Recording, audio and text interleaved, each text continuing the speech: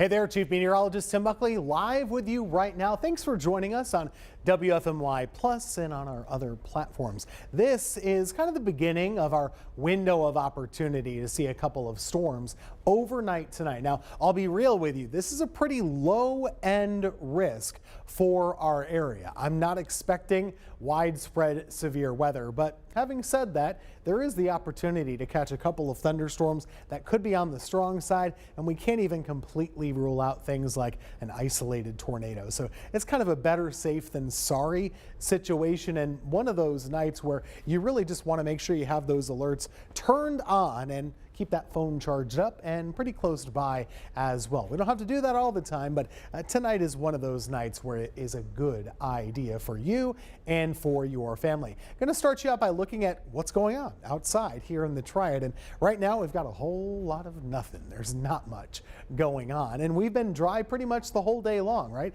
It's been a beautiful Tuesday up until this point, but as we start going forward through the next couple of hours, we're going to start to pay much more attention to the radar. It's been a horribly busy evening in places to our west. Tennessee, Alabama, Mississippi, Kentucky, they've been under the gun for several hours already. They've trimmed up the severe weather risk a little bit. When I show you a map like this, what you should be looking for are the different colors and how they correspond to the numbers at the top. 1 through 5. That's kind of how we rate the severity or the likelihood of severe thunderstorms happening.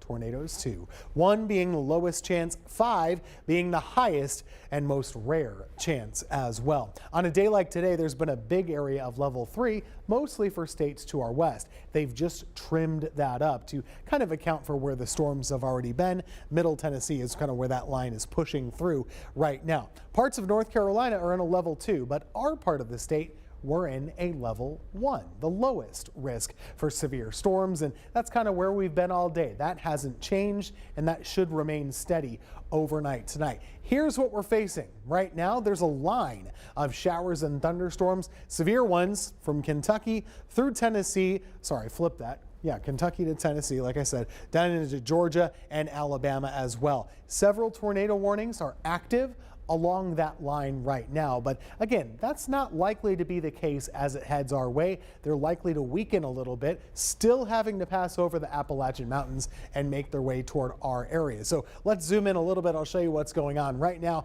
the city of Knoxville, Tennessee, they're on high alert because they have a tornado warning for the city at this time. Looks like that was just issued right there for Knoxville. We can take a tighter view. We'll get some details. Again, this is not our area. I'm just showing you kind of the strength of this system and why we should respect it a little bit. Knoxville, Tennessee, right about here. That warning goes for the next 40 minutes or so. But you can see lots of lightning with this storm. Looks like there might be some rotation. That's obviously what the Weather Service is seeing. And sure enough, I agree with them too. Take a look at that. This is our velocity mode. When we show you this, all the greens and the reds represent storm motion and how the wind is blowing around inside of a thunderstorm.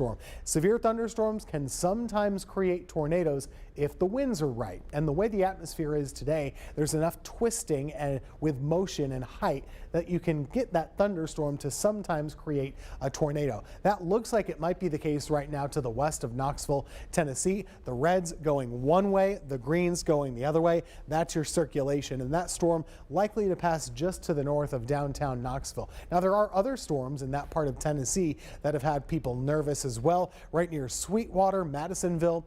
Lots of these storms are just rotating around. Same can be said for northern Georgia and parts of Alabama. Huntsville has been on alert for a while. Those storms are just pushing through there, but you have all these storms passing right there closer to the Georgia border. Here's Metro Atlanta down on the lower side of your screen. These storms are off to the north, not too far from Chattanooga, Tennessee. But you see that labeling on that tornado warning? When it says observed, that means it's not just a tornado on radar, it's also likely, or it's been an observed tornado on the ground too. So there have been multiple confirmed tornadoes over the last couple of hours in parts of the South, especially Tennessee and Alabama, northern Alabama to be specific with you. Just look at all this. These are storm report icons. When I show you this, every dot means something different. And this is a wide scale. The whole state of Tennessee is in this view. So we have a huge swath of land here that's been dealing with some strong to severe weather. All of these icons, the gray ones with the tree, that's a wind damage report. Lots of those, but the bright red ones, there's multiple of these, at least half a dozen. Those are reports of tornadoes. So that's been going on today, of course, in Tennessee. And it was expected. They had a really high risk of tornadoes out that way. For us, it's much, much different. You can see that level 3 risk extends through Knoxville, where we just showed you the warning. There's a level 2 threat for western North Carolina, but for our area, and this hasn't changed throughout the day, we're just at a level 1. So there's the opportunity, there's the low chance of a storm getting severe overnight tonight, but it's not necessarily all that likely for you where you live. Let's zoom in a little bit more right now and break it down by category. What is a severe weather risk anyway? Well, there are multiple threats that could happen. You could have tornadoes, you could have damaging wind gusts, or you could have hail. Those are the 3 things we tend to look out for. So let's go one by one. Tornado risk first. It's a low risk in our part of North Carolina, but still worth watching. It's not blank, is it? It can be. A lot of times it is blank, but not tonight. There's at least that low chance of an isolated tornado popping up across North Carolina. This is an update from earlier. In fact, the hail risk has been lowered even more so than it was. We are not likely to see much of any hail in our area tonight, so don't worry about that. Damaging winds, that's probably our best opportunity to see any severe weather. Highest out in the western counties and foothills, but even for us, something to keep an eye on. Any of those storms that do form and get pretty strong, they might be able to put down some trees or maybe some power lines as well. Right now, it's about 5 minutes after 10. We actually have stuff to track on our local radar at this point. We didn't have that earlier this evening, but things have started to change a little bit. We have a couple of downpours right now in Yadkin County, also up in Stokes County. None of these are all that strong or severe, but at this point in time, I kind of watch each one that forms as kind of like a litmus test. Like, what is this storm doing and how is that going to kind of flavor the rest of the evening? If we start to see these growing really, really quickly and getting strong really fast, well, that could mean that we're in for a pretty long night. If they grow pretty slowly, well, that might mean that the atmosphere isn't all that eager to pop bad weather over us. So far, they're growing, but pretty slowly and not all that nasty. Now, we will watch for any rotation. I'm not seeing anything like that locally, but so far we're not really into the best part of the storm yet, so I wouldn't take all that much credit on this one. This is a bit of a downpour though. Looks to be right over Hanging Rock State Park though. That's right about here. Meadows on the right, Danbury on the top up that way. This is north of you and King, but that downpour, it'll make itself known. If you're underneath those oranges and reds, it is raining hard right now in central Stokes County. There's another downpour popped up over in Yadkin County as well. We didn't get close up on that one, but it's really small, pretty close to Yadkinville right now. Outside of our News 2 viewing area, but again, this is another one of those, how are these performing tonight and what will that mean for us later? Let's keep an eye on this. We're in Catawba County here. There's Hickory, here's I-40, there's 321. These are a big cluster right now of different downpours and they're wanting to cluster up together. That's not the best sign. That shows us that there is some potential for these storms to organize a little bit. And sometimes when they organize, they can start to rotate and kind of move around a little bit differently. So let's keep an eye on this over the next hour or two. We have a while to track it. They are moving though to the north and to the east, which means whatever becomes of this storm, you're going to see it in our Triad area, especially places like Yadkin, Davie, and our western counties. Now, here's a little close-up view of the rotation, or lack thereof in this case, inside of that storm over near Hickory. There's not any just yet, so that's a good sign. We'll keep an eye on that, of course, behind the scenes. Even when you're not seeing us on days like today, we're watching behind the scenes and we're kind of ready to go just in case. Now, temperatures have been warm throughout the day and they remain mild right now. That doesn't sound all that important, but it is a factor when it comes to storm forecasting.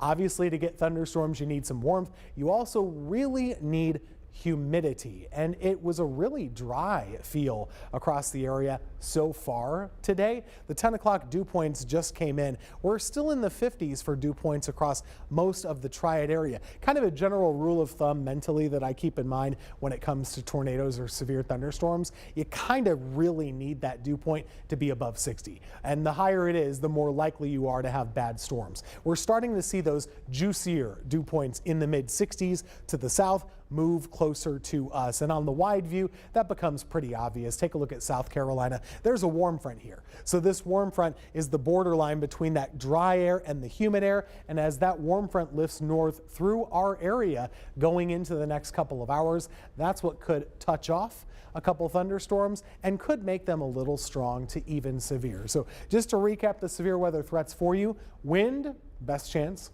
hail, pretty low chance. I need to lower that actually as well. Tornado, low chance, but not zero. And that's why we'll be keeping an eye for you behind the scenes. Finally, let's take a look at the models now. We haven't shown you all that much of that. This model's doing okay. It's 10 o'clock and it has that storm up near Stokes County. So that's decent, actually. Forward in time, this we can see over the next couple of hours, it grows a couple in our region. None of them look all that strong to severe. What I'm really most interested in the rest of the night is watching that line from Tennessee come into the mountains and see how it holds together. Our model has it arriving around 3 o'clock in the morning in a broken fashion, which means some of it survives, some of it doesn't. And so who gets that part that stays pretty strong? You would probably have the best chance of a severe storm for the rest of the night. So let's keep an eye on that. 2, 3, and 4 a.m. is probably the heart of this weather threat for us overnight tonight, which, again, just to emphasize, it's a pretty low threat. By 5 and 6 a.m., the storm is gone. We're not dealing with it any longer. All of this storm system is kind of forming because of this. We have a warm front that I just showed you crossing about the area, then a cold front that'll be kind of trailing behind it. That front really won't be felt tomorrow, but it is there. Once you get toward tomorrow evening, that's when the humidity will start to fall, and that'll be a big change. We'll be pretty muggy tonight, muggy tomorrow, and then that dry air moves in for the rest of the week. We'll feel a little fall-like for a while and actually have a pretty dry rest of the week. Show you in a different way, there's your humidity trend. Tomorrow's pretty sticky and muggy around the area, but we're drying out toward the end of the week and into the holiday weekend as well. So feeling a lot different, looking a lot different than it has right now as we go into Memorial Day. But in the meantime, let's kind of keep an eye together between now and around 5 in the morning. It's okay to go to bed. We'd recommend you stay with us through about 11:30, of course. But after that, you can get yourself situated, make sure the alerts are turned on, phones charged up, and close by to you, because, you know, at this point, Chad Silber joining me now, I'm seeing the storms start to form. They're popping up on the radar, kind of fitting right within that time frame that we were watching.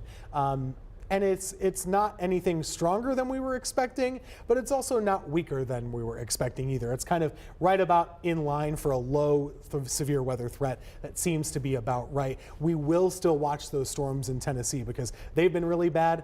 They're still headed our way. Probably will weaken, but we got to make sure.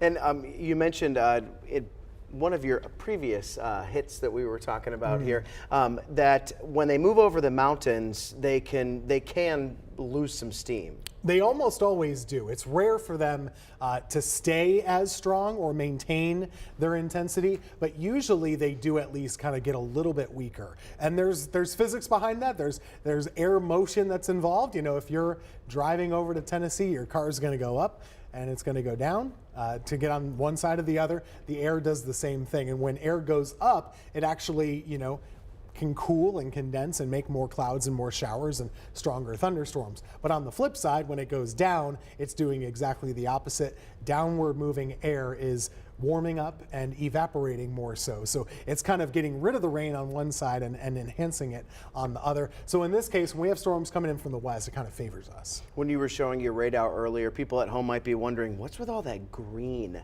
all over the radar? You know, you're talking about a storm that's moving over the Triad now, but there's all that other random green on there. Is that anything? Yeah, if you ever see that at home, you might be tracking using your mobile radar or something. A lot of times we filter that out on the apps. You can do it, but bottom line, what it is, it's called ground clutter. So the way that a radar works is we use a radar beam, right? In our case, there's a radar beam in Raleigh. There's one up in Blacksburg, Virginia. They shoot up into the air. They're looking for rain all the time. If they find it, part of that radar beam comes back. Well, if the atmospheric conditions are right, a lot of times if it's really humid outside or if the temperature is stacked a certain way, part of that radar beam can get bent and it actually bounces into the earth and comes back. And it's sending a false return. Okay. We call that ground clutter because really what the radar is seeing, it's still finding the rain, but it's also finding the ground, which is not at all helpful. And the reason that we can tell the difference is if you loop it, it's all the same intensity. It's very light, just a light green, and it doesn't move. So if it's not moving, it's probably just the ground. Right. And we like it when the ground doesn't move. Yes. You know, we've seen a lot of rain over the past few days. We've also seen a lot of dry days before that. Could we use the rain that could potentially come from these types of storms? Yeah, it doesn't hurt anything. We certainly, we're not really in the drought anymore. We kind of fixed that over the last couple of weeks, but it's still springtime. It's an important time for agriculture and all those things, and even just growing your garden. You know you got to keep things watered this time of year, so it'll help. It'll help to get a nice little drink of water today, especially because we'll be pretty dry going forward over the next 4 to 5 days. So always good to get some rain in the springtime. We talked at 6:30 when you were giving an update then about how your phone, you need to make sure that you can get alerts on your phone. And I went and looked. I checked to see, because you had mentioned that you need to go into your settings to make certain that you have severe weather alerts on, even when your phone is in Do Not Disturb. Fortunately, mine were on, but it might be just a good reminder to check that. It is a good reminder. So there are a couple of different ways to do that. You can do that through your weather apps, which I would recommend. Obviously, you have the News 2 radar app, or News 2 News app as well. You can turn weather alerts on there. Now that's not going to be the big blaring buzzing like you get for a tornado warning or an amber alert. That's separate. That's from the federal government. It's called an emergency alert, a wireless emergency alert, WEA or WEA. But in any case, if those are turned on, you are not sleeping through that. There's just no way around it. It sounds for a tornado warning. It doesn't sound like that for a severe thunderstorm warning because they're worried about cry wolf syndrome or anything like that. But yeah, if that thing buzzes, you're going to wake up and then you can get to that safe spot. And when you do, if you're even in the closet or something, remember, we'll be streaming. You can catch us on your phone. Okay, perfect. Hopefully we don't have any of those. We might not. I mean, there's probably a better chance than not that we won't have a tornado warning overnight, but never say never. Well, thanks for tuning in. We're going to have an update here in about 45 minutes on the 11 o'clock news. We hope to see you. Have a good night.